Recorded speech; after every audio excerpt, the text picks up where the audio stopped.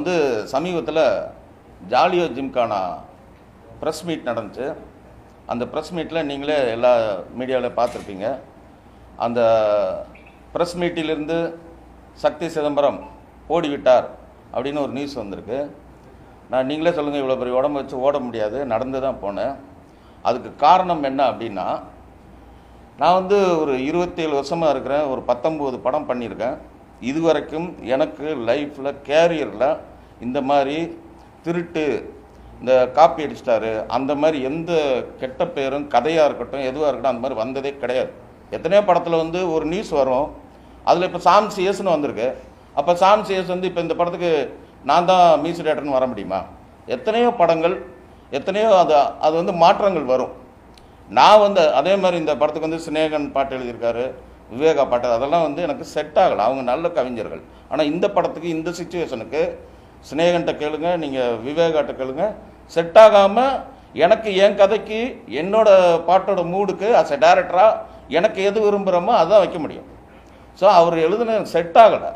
நான் அவரை தப்பு சொல்ல, அவருக்கு திறமை இல்லைன்னோ நான் அவரை எந்த விதத்தில் நான் குறைச்சி மதிப்பில்லை. எனக்கு என் கதைக்கு அது செட் ஆகலை.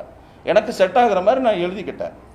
இப்போ இந்த கதை, இதே கதைக்கு வந்து ஸ்டோரி டிஸ்கஷனுக்குன்னு கூப்பிட்றோம். ஒரு கதையை நான் உருவாக்குறேன். எப்போயுமே ஒரு கதை பண்ணும்போது ஒரு 10 பேர்கிட்ட அது கலந்துரையாடல் பண்ணுவோம். இது ஒரு கதையை நான் உருவாக்குறேன். அப்போ பெருத்துளசி பழனின்னு கூப்பிட்றேன். அவர் வந்து ஒரு சீன் சொல்கிறார், 2 சீன் சொல்கிறார். ஓகே, அந்த சீன் படத்தில் கூட வரலாம். ஆனால் அதுக்காக இது என் கதை நான் ஒரு சொல்ல முடியாது. அதே மாதிரி இப்போ நம்ம நண்பா என்ன மறந்துட்டேன் நான் எழுதின ஒரு சூப்பர் ஹிட் பாட்டு, நம்ம மதுரை செல்வம்லாம் என் கூட அந்த கம்போசிங்கில் இருந்தார். அவர் ஒரு வரி சொல்கிறாரு. அந்த ஒரு வரினால இது ஏன் பாட்டுன்னு சொல்ல முடியாது. இப்போ மியூசிக் டைரக்டர் அஸ்வினே இதில் 4-5 வரி சொல்லியிருக்காரு. புட்டு புட்டு விற்கிறா சிட்டு சிட்டுன்னு சொல்லியிருக்காரு. இந்த வரிக்காக அவர் வந்து அந்த பாட்டை சொந்தம் கொண்டாட முடியாது. அது மாதிரி இவர் 1-2 வரிகள் சொல்லியிருக்காரு. நான் அது மறுக்கலை.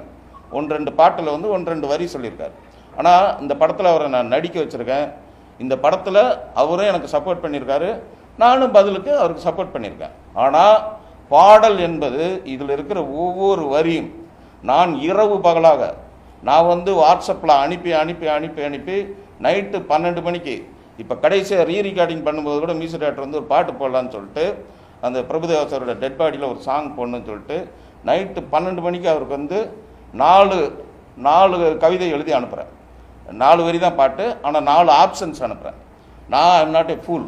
நான் வந்து எனக்கு தெரியும் இந்த படத்துக்கு இந்த கதையை வந்து 3 வருஷமாக உருவாக்குறேன்.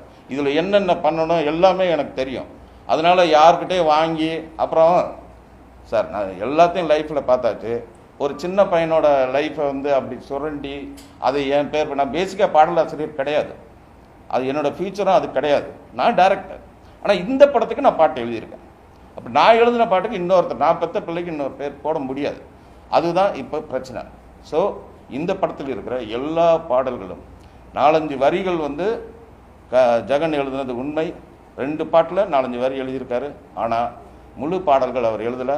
நான் இன்னும் ஆனஸ்டாக சொன்னேன், அந்த 2 பாட்டுக்கு என்ன பேர் போட்டிருந்தேன். இல்லைன்னு எனக்கு போட்டால் எல்லாம் நீங்கள் முதல்ல ஒரு ஸ்டேட்மெண்ட், சரி நான் சொன்னிட்டேன்றதுக்காக பண்ண முடியாதுல்ல, நீ அதுக்கு ப்ரூவ் பண்ணலையே, நீ ஃப்யூச்சரில் ப்ரூவ் பண்ணு, நீ புத்திசாலியாக இருந்தால் பின்னாடி ப்ரூவ் பண்ணு. இதில் பண்ணலை. பண்ணாததுக்கு நான் அந்த கிரெடிட் கொடுக்க முடியாது. நான் என்ன மெட்ராஸில் தான் இருக்கேன், அமெரிக்காவில் இருக்கேன். வீட்டுக்கு வந்து சட்டையை பிடிச்சி சண்டை போடு. ஏன் மீடியாவில் இப்படி சொல்லிட்டு இருக்க? நான் இங்கே தானே இருக்கேன். நீ எழுதுனல்ல, வீட்டுக்கு வா. ஏன் சார் இப்படி பண்ணி கேளு. ஏன் இப்படி பின்னாடி பின்னாடி பின்னாடி வந்து பேட்டி கொடுத்துட்டே இருக்கிற? உண்மையிலே நீ அதை எழுதியிருந்தா வீட்டுக்கு வந்து நேரடியாக நான் தான் எழுதுனேன்னு ஆர்த்தண்டிக்காக சொல்ல வேண்டியதானே? சொல்ல முடியாது. ஏன்னா அதில் உண்மை இல்லை. அதுதான் உண்மை. அதனால தான் இந்த மாதிரி பேட்டி கொடுக்கறது, பத்திரிக்கை அவருக்கு வேண்டி ஒரு 4-5 பேரை செட் பண்ணுறது, அதுக்கு ஒரு கமெண்ட்ஸ் போடுறது, இதெல்லாம் ரொம்ப கீழ்த்தரமாக இருக்குது. ரொம்ப மனசு வருத்தமாக இருக்குது. நீ போராடி ஜெயிச்சு வா. நீ உன்னோட இதை அப்படி நான் சத்தியமாக என் குழந்தை மேலே ஆணையாக சொல்கிறேன், இன்னொருத்தர் எழுதின பாட்டுக்கு நான் கண்டிப்பாக பேர் போடலை. இது வந்து என்னை சேர்ந்த எல்லாருக்கும் தெரியும். நான் அந்த சாகிற வரைக்கும் சினிமாவில் இருப்பேன். I love cinema. அந்த மாதிரி ஒரு 3rd கிரேடான கேரக்டர் நான் சத்தியமாக